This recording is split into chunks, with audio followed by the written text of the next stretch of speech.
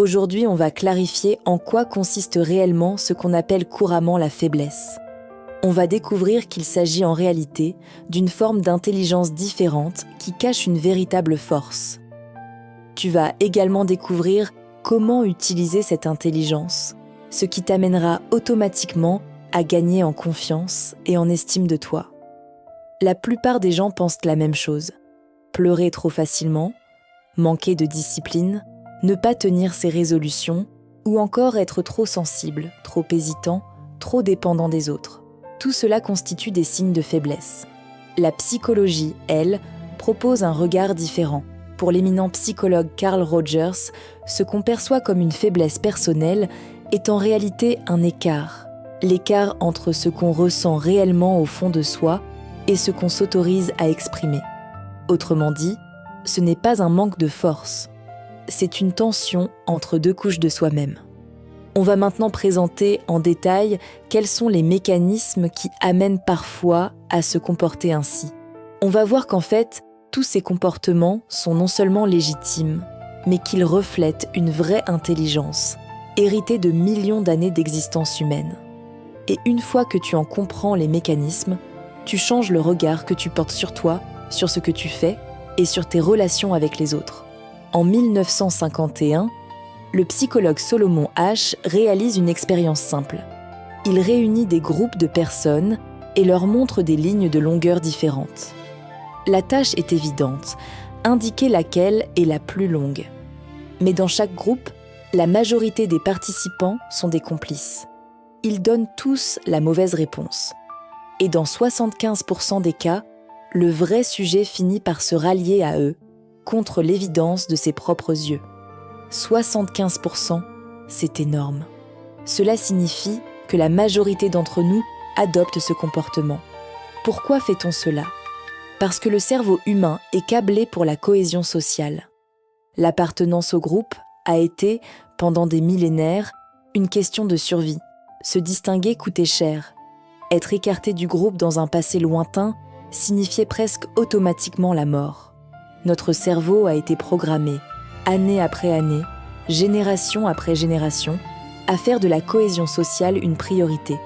Cela te paraît étrange ? Pourtant, de récentes recherches ont montré que des situations vécues socialement pouvaient être transmises génétiquement. Oui, dans notre ADN. Je te mets les liens en description si tu souhaites approfondir la question. Évidemment, ce mécanisme ne s'arrête pas en sortant du laboratoire. Il opère dans ta famille, dans ta classe, dans ton cercle d'amis. Il existe un principe en psychologie sociale qui énonce la chose suivante. Les comportements qui sont récompensés persistent et ceux qui créent de la friction disparaissent. Il n'y a personne à accuser, personne n'est responsable, ni à blâmer. C'est juste une loi naturelle. Une loi aussi banale que l'eau qui prend la forme de son contenant. Cette influence sociale sur certains de nos comportements amène à un autre concept bien connu de la psychologie, le faux self. Le psychanalyste Donald Winnicott a passé sa carrière à observer quelque chose de précis, la façon dont les enfants apprennent à se scinder en deux. Il le décrit de la façon suivante. Il y a le vrai self, spontané, sensible, en contact direct avec ses émotions. Et il y a le faux self, celui qui s'adapte, qui gère les attentes, qui protège le vrai self en le rendant invisible. Ce mécanisme n'est pas du tout pathologique. Pourtant, on pense souvent qu'il faut être capable d'être soi-même, avec ou sans les autres. Sinon, cela signifierait qu'on n'ose pas s'affirmer. Se plier aux attentes des autres et à leurs revendications, ce serait faire preuve de faiblesse. Ce n'est pas ce qu'en dit la psychologie. Au contraire, elle y voit une réponse intelligente à un environnement exigeant. Le vrai problème arrive quand le faux self prend tellement de place que tu ne sais plus si c'est lui ou le vrai self qui parle. Tu te retrouves à défendre des opinions que tu n'as pas vraiment, à jouer un rôle dans des relations où tu te sens étranger, à choisir des chemins qui correspondent à une image de toi construite pour les autres. Et cette fatigue étrange que tu ressens parfois, sans raison apparente, sans burn-out identifiable, c'est souvent ça, l'énergie que ça coûte de maintenir une cohérence entre qui tu montres et ce que tu ressens. La question ici n'est donc pas de faire totalement disparaître le faux self, cette personnalité que tu as construite pour vivre socialement, ce que tout le monde fait d'ailleurs. La vraie question, c'est quel équilibre trouver entre le faux self et le vrai self. Lorsque tu réalises que tu as pris une décision ou que tu as agi de façon contraire à tes valeurs, plutôt que de t'en vouloir et de te le reprocher, interroge-toi sur les raisons qui t'ont poussé à le faire. En faisant cela, tu ouvres une porte sur la connaissance de toi, qui t'aidera bien plus que tu ne l'imagines. Cette question a été davantage développée dans notre vidéo sur la manipulation, si cela t'intéresse. Mais il y a quelque chose d'encore plus surprenant. Parfois, ce faux self ne se contente pas de s'exprimer à ta place. Il arrive qu'il t'empêche d'agir. Et c'est là qu'on touche à quelque chose que la plupart des gens n'ont jamais envisagé, quelque chose de vraiment inattendu. En 1972, la chercheuse Martina Horner publie une étude sur ce qu'elle appelle la peur du succès. Elle observe que certains individus, souvent les plus compétents, se sabotent au moment précis où ils pourraient réussir. Pourquoi ? Par peur de ce que le succès impliquerait. Peut-être te reconnaîtras-tu dans la description suivante. Briller trop fort peut créer de la distance, de la jalousie. Réussir peut menacer des équilibres relationnels qui fondent un équilibre important et sécurisant. Et progresser peut signifier quitter un groupe auquel on appartient et auquel on tient. La réussite peut même être perçue comme une forme de trahison envers des proches.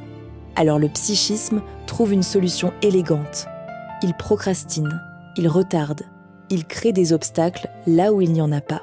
Tout cela dans le but de te protéger d'un coût social que tu avais perçu, quelque part, comme trop élevé. Les psychologues appellent ça l'auto-handicap. C'est une stratégie d'adaptation, une forme de loyauté envers un système, envers des gens, envers une version de toi-même qui devait rester à sa place. Changer pourrait déranger ou nuire à d'autres, ce que tu ne veux pas. Comme tu le vois, ce n'est pas de la paresse, c'est de la cohérence volontaire, quoique souvent inconsciente, et avec des règles que parfois tu n'as pas choisies. Comme tu le vois, certains comportements jugés comme de la faiblesse sous-tendent en réalité une véritable intelligence sociale. Bien compris, ces mécanismes peuvent être tournés à ton avantage. Car comprendre, ça change déjà quelque chose. Pas tout, mais quelque chose. C'est le début du chemin. Et comme le dit Christophe Tandré, oui, le chemin est long, mais il y a un chemin. La compréhension elle-même est déjà une forme de transformation. Tu le verras et tu le ressentiras dans les prochains jours. Quand tu vois un mécanisme pour ce qu'il est, construction sociale, faux self, auto-handicap, il perd une partie de son emprise. Pas toute, mais une partie. Tu ne te regardes plus de la même façon. Ce que tu appelais faiblesse commence à ressembler à ce que c'est vraiment. Un système de réponse cohérente à un environnement qui n'était pas toujours aligné avec ce que tu es. Et la question que je te laisse, pas pour y répondre maintenant, mais pour y revenir, c'est celle-ci. Qu'est-ce que tu aurais fait différemment si tu avais su, dès le départ, que rien de tout ça n'était une fatalité ? Si cette question t'a traversé, laisse un commentaire. Je suis curieux de savoir ce qui remonte en premier. Et si tu veux aller plus loin dans cette direction, la prochaine vidéo explore un mécanisme tout aussi silencieux et tout aussi fondamental.